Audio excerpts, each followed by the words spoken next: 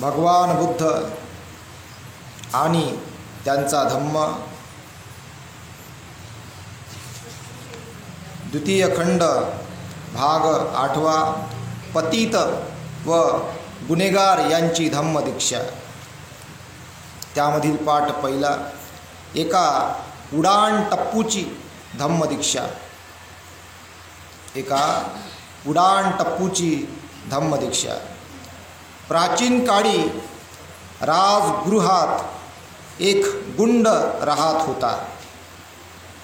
प्राचीन काळी राजगृहात एक गुंड राहत होता. तो आई वडिलांना आणि वरिष्ठांना मुळीच मान देत नसे. आपल्या हातून काही चूक झाली तरी पुण्यप्राप्तीच्या आशेने तो यज्ञयाग आणि सूर्य, चंद्र व अग्नी यांची पूजा करी आणि मगर मस्त राही. परंतु पूजा आणि बलिदान यासारखे शारीरिक कष्टाचे विधी कितीही केले तरी सतत 3 वर्षे दीर्घोद्योग करूनही त्याच्या मनाला शांती लाभेना. शेवटी श्रावस्तीला जाऊन भगवान बुद्धाची चौकशी करण्याचे त्याने ठरविले. तेथे पोचल्यावर बुद्धाचे तेजस्वी व्यक्तिमत्व पाहून त्याने त्यांच्या पायांवर लोटांगण घातले आणि आपल्याला किती आनंद झाला आहे हे सांगितले. नंतर भगवंतांनी त्याला पशूंना बळी देण्यातील मूर्खपणा आणि ज्या विधीचा हृदयावर काहीही परिणाम होत नाही आणि ते ज्यांच्यासाठी करावयाचे त्यांच्याविषयी कसलाही आदरभाव किंवा कर्तव्यबुद्धी यांची जाणीव होत नाही अशा विधींचा निरुपयोगीपणा समजावून सांगितला.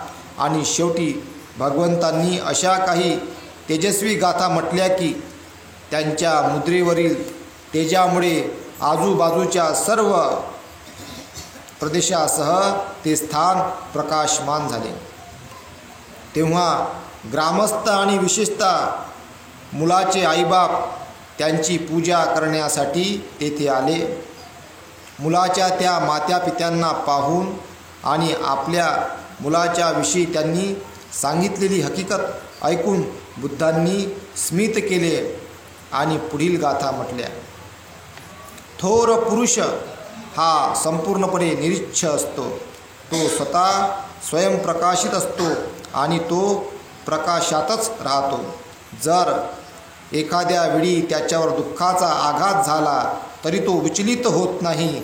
निर्भयपणे तो आपली बुद्धिमत्ता व्यक्त करतो.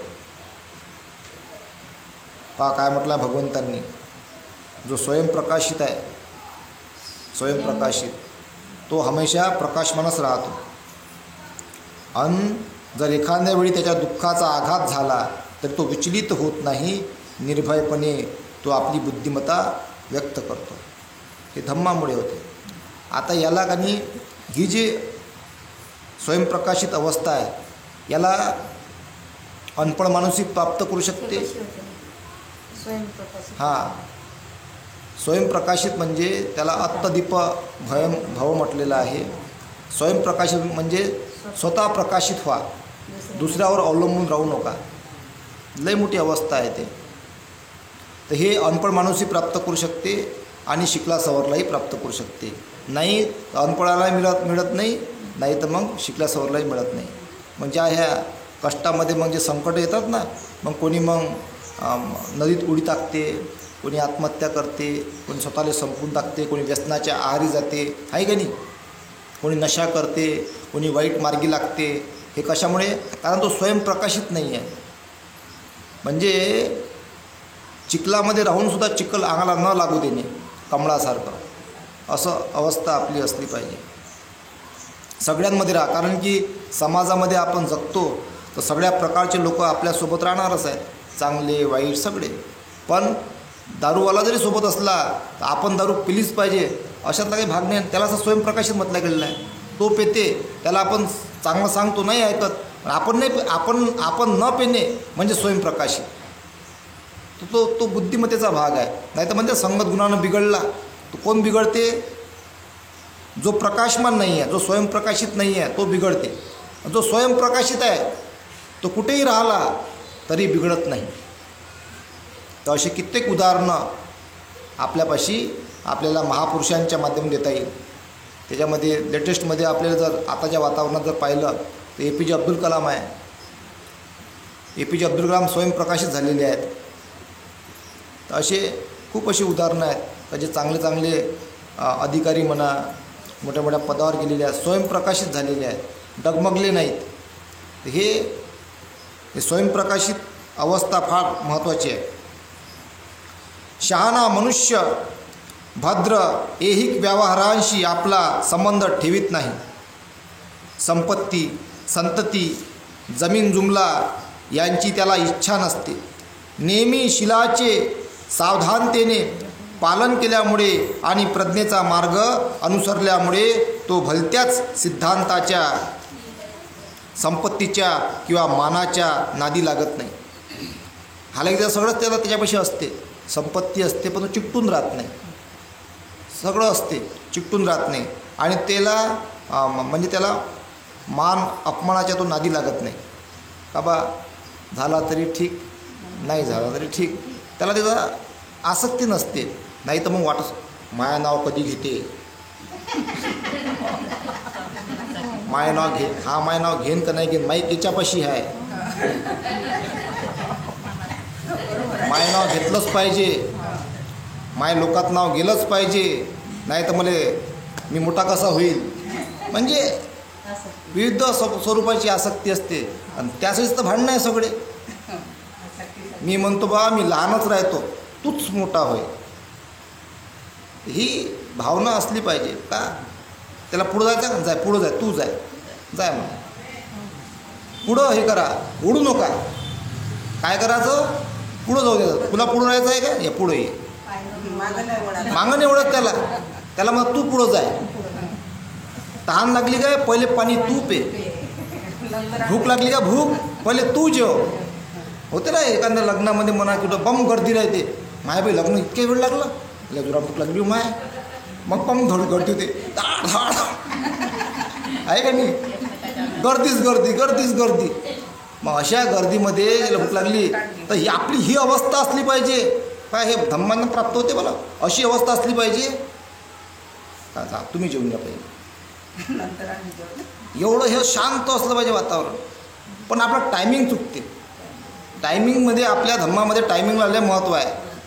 जे तुम्ही टायमिंग टाकला ना त्याच टायमावर लागलं पाहिजे. तेव्हा बुद्धम शरणम गच्छामी होते. नाही तर काही कामाची गोष्ट नाही. बुद्धांनी ते सांगला वेळेला महत्त्व द्या बा. जास्तीत जास्त 10-15 मिनटं मागं पुढं होईल तो विषय नाही, अर्धा तास होईल. पण बाबा एवढं लेट होते का सगळं तालाच होऊन जाते. म्हणून का नाही टायमिंगला महत्त्व दिलं पाहिजे. धम्मात त्या टायमाला महत्त्व आहे. तर ह्या वेळेचं महत्त्व आपण सगळ्यांनी जाणलं पाहिजे. त्यानंतर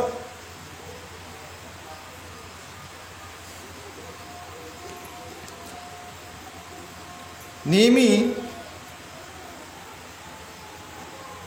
अस्थिर मनाच्या आपल्या मित्राला सुधारण्याचा आणि अपवित्रतेतून सद्गुणाकडे, पावित्र्याकडे त्याला वळविण्याचा प्रयत्न करीत असतो. म्हणजे जो चांगला मनुष्य आहे तो आपल्या अस्थिर मनाच्या आपल्या मित्राला, जो भटकलेला आहे, वाईट मार्गी लागलेला आहे, त्याला सुधारण्याचा आणि अपवित्रतेतून सद्गुणाकडे, पावित्र्याकडे त्याला वळविण्याचा प्रयत्न करीत असतो. आणि हेच केलं पाहिजे. हाच चांगला गुणधर्म आहे. आणि ह्याकडे वळवणारे काही लोक फार कमी असतात. आणि त्याचं कोणी ऐकत नाही. मग त्याचं ऐकत नाही कोणी. तो चांगल्या मार्गे घेऊन जाते पण इकडे ये नाही येत. त्यांना पाहिजे छंद, त्यांना पाहिजे आनंद, त्यांना पाहिजे क्षणिक सुख. तर तिकडं गोंगाटा जास्त असते. म्हणजे जिकडं कलह असते, क्षणिक सुख असते, तिकडं काही गर्दी जास्त असते.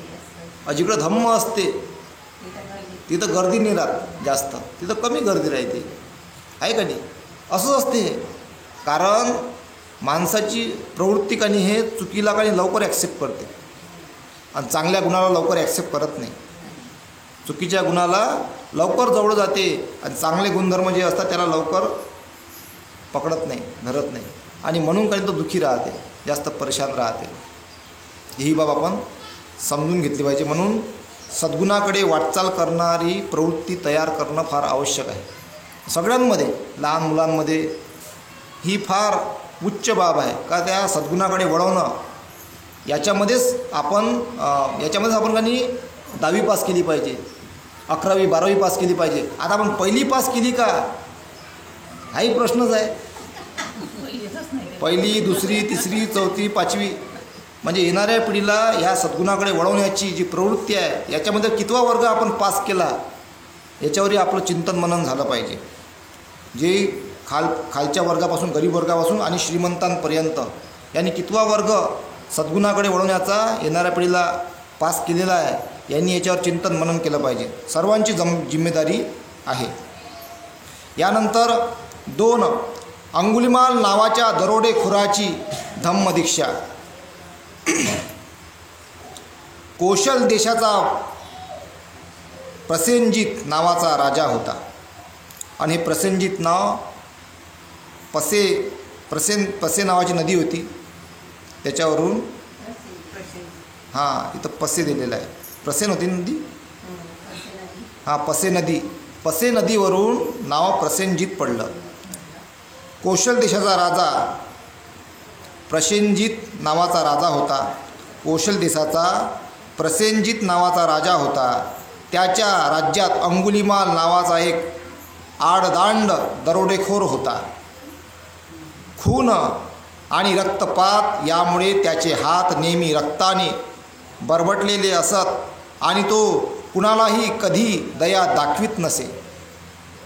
त्याच्यामुळे गावे ओसाड झाली होती, नगराची नासाधूस झाली होती आणि प्रदेश उद्ध्वस्त झाले होते. ठार मारलेल्या प्रत्येक माणसाचे एक एक बोट कापून घेऊन त्याची माळ गळ्यात घालीत असे आणि म्हणूनच त्याचे नाव अंगुलिमाल असे पडले. एकदा भगवंत श्रावस्ती येथे जेतवनात राहत असताना त्यांनी अंगुलिमालाने केलेल्या नासधुशीविषयी ऐकले. तथागतांनी त्याला सदाचरणी मनुष्य बनविण्याचे ठरविले. म्हणून एके दिवशी भोजन झाल्यावर आपला बिछाना बाजूला ठेवला आणि आपले चिवर व भिक्षापात्र घेऊन ते दरोडेखोर अंगुलिमाल याला शोधण्यासाठी निघाले. ते त्या बाजूला प्रवास करीत चाललेले पाहून गुराखी, मेंढपाळ, शेतकरी आणि वाटसरू मोठ्याने ओरडले, श्रमणा, त्या वाटेने जाऊ नका. त्या वाटेने तुम्ही डाकू अंगुलिमालाच्या हाती पडाल. 10, 20, 30 इतकेच नव्हे तर 40 माणसे देखील जरी एकत्र जमून त्या वाटेने गेले तरी तो सगळा जथ्था त्या डाकूच्या हाती सापडतो. परंतु एकही शब्द न बोलता भगवंत आपल्या वाटेने चालू लागले. आता होईल का असं? एखादं कुठं जंगल राहील, तिथं डाकू बी नसं तरी जात नाही माणूस, घाबरते. भगवंताला ते सांगू राहिले का बा ते कितीही जत्ता गेला माणसाचा तर तो एकटा अंगुलिमाल सगळ्यांना मारून टाकते, इतकी ताकद आहे याचीवाली. तुम्ही त्या वाटेने जाऊ नका.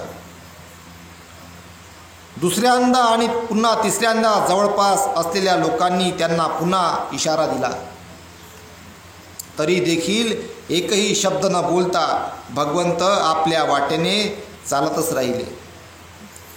काही अंतरावरून त्या दरोडेखोराने भगवंतांना येत असताना पाहिले आणि जेथे 40-50 प्रवाशांचा जथ्था देखील त्यांच्या वाटेने जाण्यास धजत नसे तेथे हा तपस्वी त्या वाटेने एकटाच येत असलेला पाहून त्याला फार आश्चर्य वाटले आणि या तपस्व्याला ठार मारण्याचा विचार त्याच्या मनात आला. म्हणून ढाल, तलवार आणि धनुष्यबाण घेऊन तो भगवंताचा पाठलाग करू लागला. भगवंतांनी त्याला सुधारण्यासाठी हे केलं होतं, म्हणून तो जिवंत राहिला. जर ती अवस्था जर नसती तर तो गेला असता. पण भगवंतांनी त्याला सुधारण्यासाठी ती वाटचाल केली होती. ती निसर्गाची प्रवृत्ती आहे तशी. भगवंत जरी आपल्या नेहमीच्याच चालीने चालत होते तरी सर्व प्रयत्न करूनही तो दरोडेखोर त्यांना गाठू शकला नाही. तो विचार करू लागला की ही मोठी आश्चर्याची आणि विचित्र गोष्ट आहे. यापूर्वी हत्ती, घोडा, गाडी किंवा हरिण भरवेगात धावत असताना देखील मी त्यांना पकडीत असे, आणि आज हा तपस्वी आपल्या नेहमीच्या चालीने चालत असताना सर्व प्रयत्न करूनही मी त्याला गाठू शकत नाही. म्हणून तो थांबला आणि मोठ्याने ओरडून त्याने भगवंतांना थांबण्यास सांगितले. दोघांची भेट झाल्यावर भगवंत म्हणाले, अंगुलीमाल, मी तुझ्यासाठी थांबलो आहे. दुष्कर्म करण्याचा आपला व्यवसाय तू सोडून देशील काय?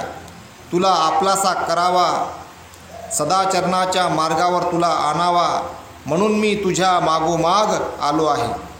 तुझ्यातील साधुत्व अजून मिळाले नाही. जर त्याला तू संधी देशील तर त्यामुळे तुझ्यात बदल घडून येईल. भगवंताच्या शब्दांनी भारल्यासारखे अंगुलीमालाला वाटले आणि तो म्हणाला, अरे रे, या ऋषीने माझा माग काढलाच. त्याने उत्तर दिले, आपण आपल्या दिव्य वाणीने मला आपल्या दुष्कर्माचा त्याग करावयास सांगता आहात, म्हणून मी तसा प्रयत्न करावयास तयार आहे. स्वतः ठार केलेल्या लोकांच्या बोटांची आपल्या गळ्यातील माळ त्याने एका खोल खड्ड्यात फेकून दिली आणि भगवंताचे पाय धरून संघ प्रवेशाची इच्छा व्यक्त केली. देवांचे आणि मानवांचे मार्गदर्शक भगवान बुद्ध म्हणाले, हे भिक्खू, माझ्या मागोमाग ये. आणि ही आज्ञा झाल्यापासून अंगुलीमालाला बरोबर घेऊन भगवंत श्रावस्तीला आपल्या सुखनिवासाकडे निघाले. त्यावेळी राजा प्रसेनजिताच्या अंतप्रसादाच्या दाराशी लोकांचा प्रचंड समुदाय जमला होता आणि आपण जिंकलेल्या प्रदेशात अंगुलीमाल या नावाचा एक दांडगा डाकू अत्याचार करून निरुपद्रवी लोकांना ठार करतो आहे किंवा जखमी करतो आहे आणि स्वतः मारलेल्या लोकांची बोटांची एक माळ आपल्या गळ्यात घालण्यात धन्यता मानतो आहे. त्याचा निपात करा, असे तो समुदाय ओरडत होता. प्रसेनजिताने त्याला मारण्याचे आश्वासन दिले, पण त्यात त्याला यश आले नाही. एके दिवशी सकाळी राजा प्रसेनजित भगवंतांना भेटण्यासाठी जेतवनात गेला. भगवंतांनी विचारले, राजा काय झाले? बघा, त्याचा मारण्याचा आदेश निघाला. इकडं त्याचं पुण्यकर्म असं अगोदरचं, आणि तो भगवंताच्या संपर्कात आला, वाचला. असं असते, कोणी कुणाच्या ना कुणाच्या संपर्कात येते आणि वाचते. एखादा समजून घ्या, दारू नशेमध्ये पडून मरणाच्या दारावर असते, पण कोणतरी चांगलं सांगते, संपर्कामध्ये येते, सुधारते आणि जिवंत राहते, मार्ग सापडते, जिवंत राहते. हेच घ्यावं लागते. संपर्क चांगला भेटला त्याला आतुरतेने स्वीकार करा आणि चांगल्या मार्गी लागा, हेच उत्तम आहे. भगवंतांनी विचारले, राजा काय झाले? मगधाच्या सेनीय बिंबिसाराचा, वैशालीच्या, लिच्छवीचा किंवा दुसऱ्या एखाद्या शत्रूचा त्रास सुरू झाला आहे काय? भगवंतांनी विचारलं. भगवंत काय करत होते मग माहीत आहे का? असं काही वाद झाला भगवंत सगळ्यांना बोलवून निपटून टाकत होते. ते भगवंताचं बल होतं. ते म्हणजे हानी होण्यापासून भगवंत थांबवत होते. शत्रूंचा त्रास सुरू झाला आहे काय? नाही भगवान, तशा प्रकारचा कोणताही त्रास नाही. माझ्या राज्यात अंगुलीमाल या नावाचा एक दरोडेखोर आहे. त्याने माझ्या राज्यात धुडघूस घातला असून तो माझ्या प्रजाजनांवर अतिशय अत्याचार करीत असतो. त्याचा मला निपात करावयाचा आहे, पण मी त्यात अयशस्वी ठरलो आहे. राजा मुंडन केलेला, काशाय वस्त्र धारण करून भिक्खूसारखा दिसणारा, जो कोणाला मारित नाही, जो चोरी करीत नाही, खोटे बोलत नाही, जो दिवसातून एक वेळेस जेवतो आणि श्रेष्ठ जीवन जगतो, अशा अंगुलीमालाला तू पाहिलेस तर तू काय करशील? भगवान, मी त्याला वंदन करीन, त्याला भेटण्यासाठी उठून उभा राहीन किंवा त्याला बसण्याचे आवाहन करीन अथवा वस्त्रे व इतर आवश्यक वस्तू स्वीकारण्याविषयी त्याला विनंती करीन किंवा त्याच्या रक्षणाची आणि सुरक्षितेची व्यवस्था करीन.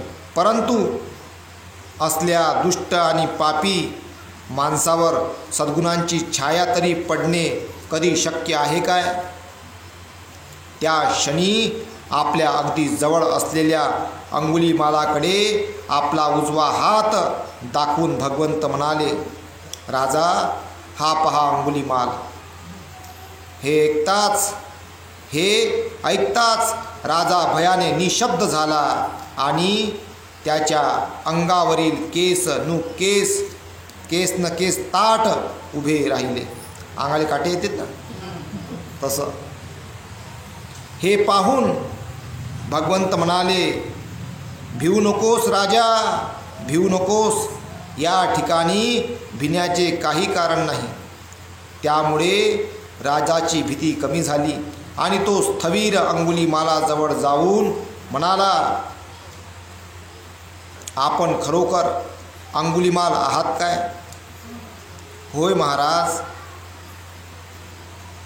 होय महाराज. स्थविर शब्दाचा एक अर्थ राजा पण होते. म्हणून जे स्थविर लागते ना, स्थविर, महास्थविर, स्थविराचा अर्थ एक राजा पण होते. आपण खरोखर अंगुलीमाल आहात काय? होय महाराज. महाशय, आपल्या पित्याचे गोत्र कोणते होते?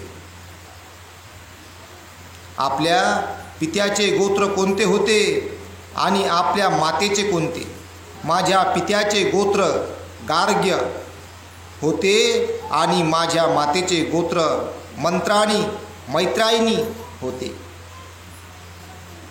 गार्ग्य मैत्रायणी पुत्र सुखी हो. आपल्या सर्व गरजा पुरविण्याची मी काळजी घेईन. परंतु आता अंगुलीमालाने वनवासाची, भिक्षेवर जगण्याची व तीहीपेक्षा अधिक चिवरे न वापरण्याची प्रतिज्ञा केली होती.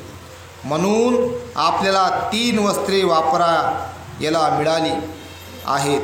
या कारणास्तव त्याने राजाने देऊ केलेले सहाय्य नाकारले.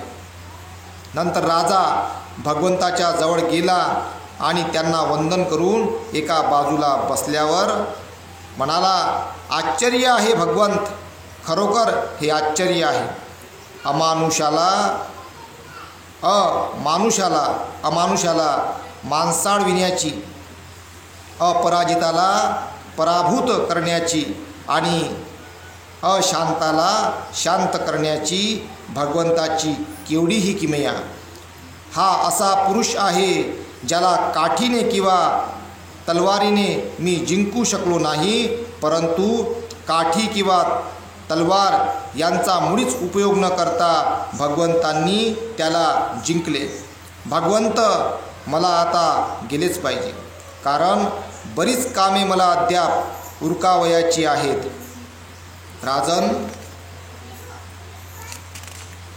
राजन, आपल्या मर्जीप्रमाणे होऊ द्या. नंतर आपल्या आसनावरून उठून राजाने भगवंतांना अत्यंत आदराने अभिवादन केले व तो निघून गेला. एके दिवशी चिवर परिधान करून आणि हातात भिक्षापात्र घेऊन अंगुलिमाल भिक्षेसाठी श्रावस्तीत गेला असताना एका माणसाने त्याला वीट फेकून मारली. त्यामुळे त्याचे डोके रक्तबंबाळ झाले. त्याच्या भिक्षापात्राचे तुकडे तुकडे झाले व त्याची वस्त्रे फाटून गेली आणि तशा स्थितीत तो भगवंताच्या समोर येऊन उभा राहिला. तो जवळ येत असताना भगवंत त्याला म्हणाले, हे सगळे सहन कर. चांगलं झाल्यावर कर्म सुटत नाही ना, अगोदर जे कर्म आहे ते उफाळून वरता येते ना. मग भगवंत म्हणाले, हे सगळं सहन कर, हे सगळे सहन कर. याप्रमाणे भगवान बुद्धाची शिकवण स्वीकारून डाकू अंगुलिमाल एक सत्पुरुष बनला. मुक्तीचा आनंद व्यक्त करीत तो म्हणाला, ज्याच्या ठाई पूर्वी अनास्था होती तो आस्था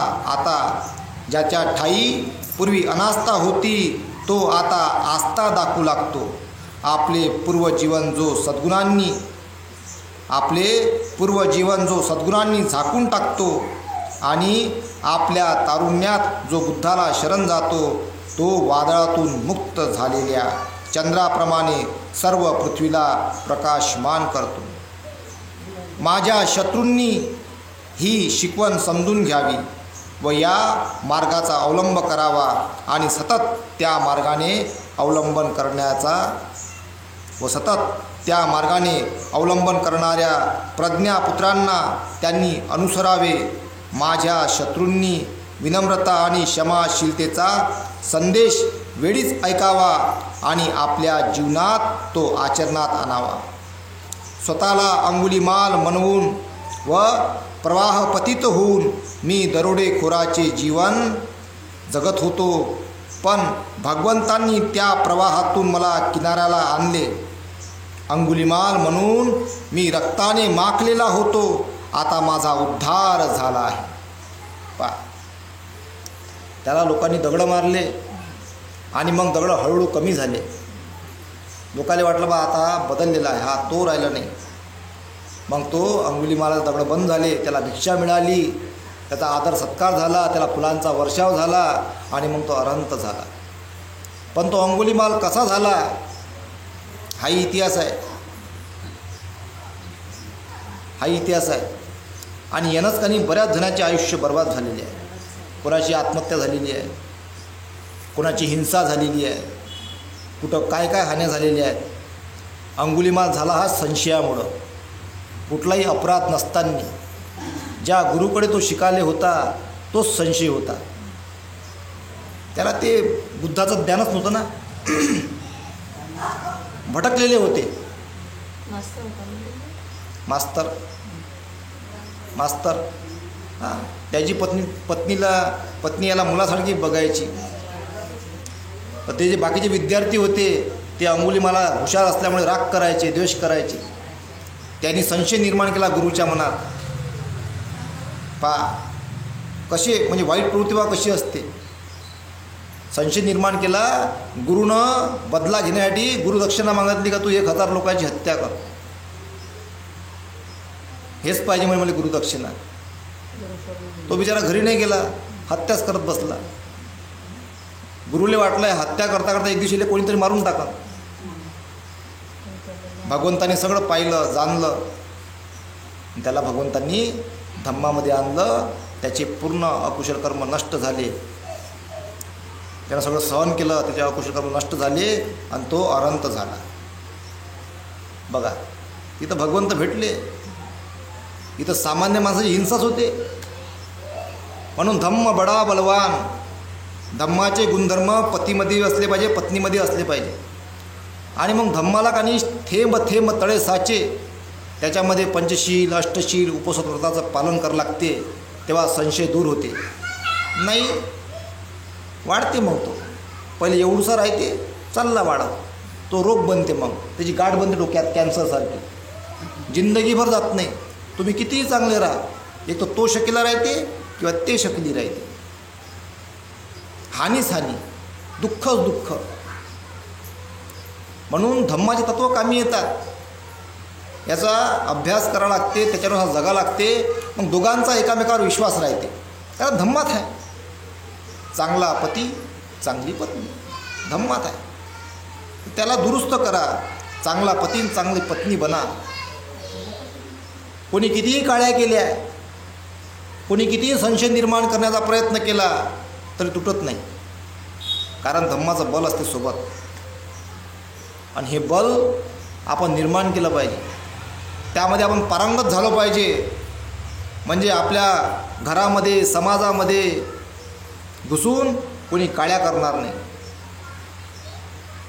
म्हणून तर बाबासाहेबांनी 14 ऑक्टोंबर 1956 रोजी धम्माची दीक्षा घेतली, घर वापसी केली, धम्माचं बल वाढवलं. आणि हे सगळं हे निर्माण करण्यासाठी. का तुम्ही जेव्हा एकत्र येसाल त्या दिवशी समजून घ्यायचं धम्म तुमच्या अंगी पूर्ण आलेला आहे.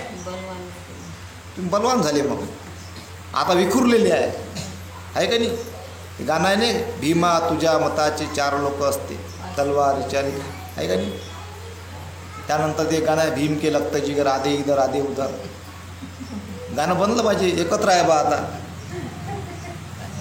म्हणजे एकत्र ज्या दिवशी असाल तुम्ही सगळेजण समजून घ्यायचं का पुरं धम्माचं बल प्राप्त झालेलं आहे. कोणी मग तुमच्या घरामध्ये प्रवेश करणार नाही, कोणी त्याला छेद करणार नाही, ते गळणार नाही, फाटणार नाही. मजबूत घर असेल, धम्माचं घर सगळ्यात मजबूत घर राहते. आणि ते आपण निर्माण केलं पाहिजे. तर असा हा अंगुलीमाल डाकू हा अगोदर अहिंसक होता. तो अंगुलीमाल हिंसक झाला, नंतर तो पुन्हा अहिंसक झाला. म्हणजे धम्मामध्ये प्रविष्ट होऊन भगवंताने त्याला धम्माच्या मार्गी आणतात. हेच करायचं असते. ज्याला दुरुस्त व्हायचं आहे, चांगलं व्हायचं आहे, त्यांनी धम्माच्या मार्गी लागणं फार आवश्यक आहे. तर याला आपण इथेच थांबूया.